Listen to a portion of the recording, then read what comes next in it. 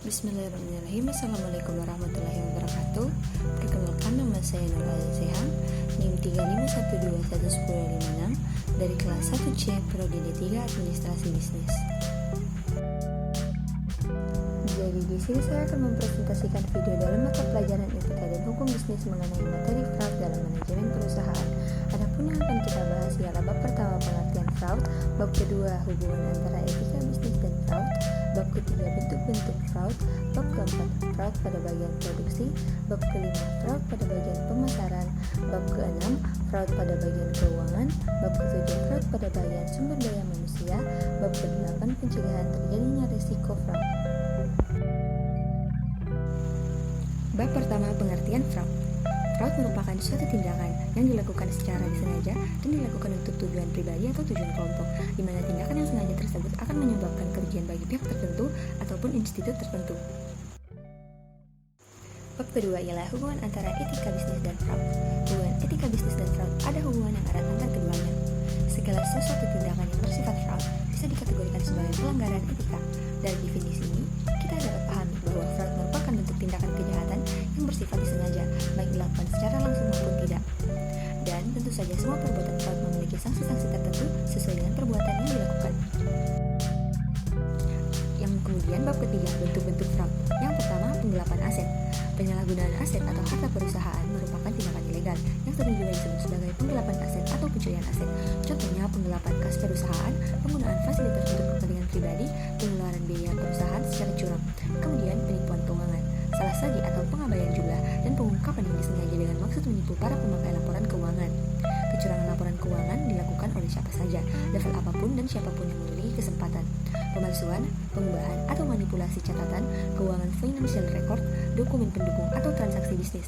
Kemudian ada korupsi, penyuapan janji atau tawaran atau pemberian kepada oleh pejabat publik atau swasta ataupun internasional secara langsung ataupun tidak, manfaat yang tidak semestinya untuk pejabat itu sendiri atau orang atau badan lain yang ditujukan oleh pejabat itu bertindak atau berhenti bertindak dalam pelaksanaan tugas-tugas resmi yang mereka lakukan untuk memperoleh keuntungan dari tindakan tersebut.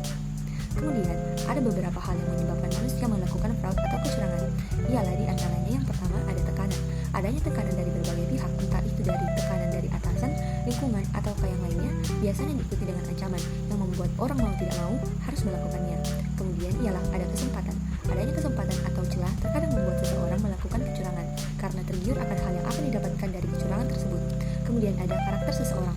Ini menjadi salah satu faktor pendukung terkuat mengapa orang melakukan kecurangan tersebut, karena karakter berasal dari dalam diri kita masing-masing, dan yang mampu mengubahnya tentu saja hanya diri kita masing-masing.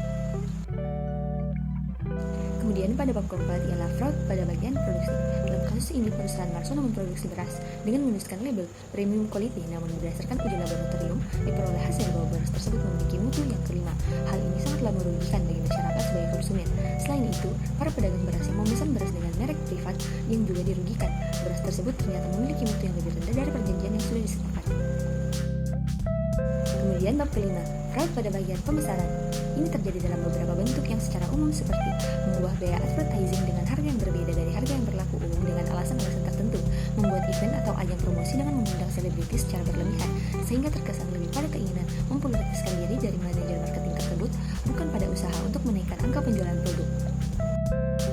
Kemudian pada bab ke-6 ialah fraud pada bagian keuangan, pada upaya manajemen merekayasa informasi keuangan atau memanipulasi laba, serta dapat memanipulasi laba yang ditahan dalam penyajian laporan keuangan, sehingga menyajikan informasi yang menyesatkan investor maupun kreditor. Kemudian selanjutnya ialah bab ke-7, fraud pada bagian sumber daya manusia. Yang terkait ialah kecurangan karyawan, misalnya izin sakit tapi ternyata malah pergi traveling, atau menyalahgunakan waktu kerja yang fleksibel dan sebagainya. Kebanyakan ini terjadi karena dianggap masalah sepele atau masalah kecil, pada akhirnya menjadi kebiasaan yang akan terasa efeknya ketika kinerja tak lagi efektif dan produktivitas berkurang. Kemudian ialah yang terakhir bab ke-8, yaitu pencegahan terjadinya risiko fraud. Yang pertama ialah sosialisasi standar operating procedure atau SOP. Sebagaimana pengelola atau pemilik bisnis bisa mencegah fraud lewat cara bersosialisasi standar operating procedure atau SOP yang anti korupsi. Baik karyawan lama maupun karyawan baru harus paham betul mengenai aturan korupsi lengkap dengan ancaman hukumannya. Kemudian selanjutnya ialah melakukan audit secara teratur. Suatu bisnis sangat memungkinkan terjadinya tindak kecurangan dalam pelaporan keuangan. Maka dari itu, penting untuk memanfaatkan internal audit dengan sebagaimana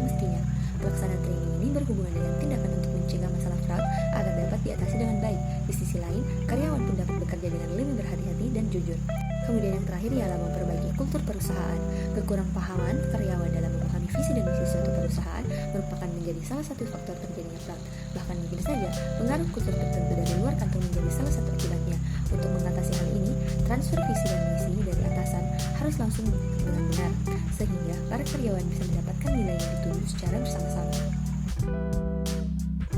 Demikian video presentasi dari saya, kurang lebihnya mohon dimaafkan. Wassalamualaikum warahmatullahi wabarakatuh.